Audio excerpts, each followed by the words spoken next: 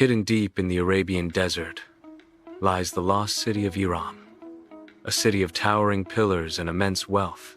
Located in southern Oman, near the Rub al-Khali Desert, its people were proud and arrogant, saying, "No one is as powerful as us."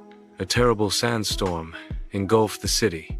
Even today, traces of ancient structures can be seen in Ubar, Oman. Pride always ends in destruction. The Egyptian king Pharaoh once said, "I am your lord."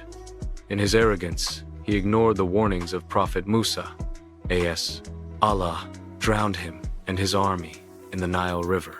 Even today, his body is preserved in the Egyptian Museum in Cairo. Those who defy Allah's limits face a terrible fate.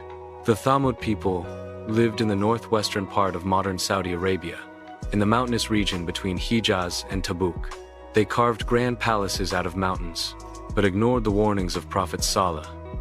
Allah destroyed them with thunder and earthquakes. Even today, the carved structures in Madain Saleh stand as silent witnesses. The people of Prophet Lot, lived near the Dead Sea, in the southern region of present-day Jordan and Palestine. They were involved in sin and ignored his warnings. Allah overturned their city, raining stones from above.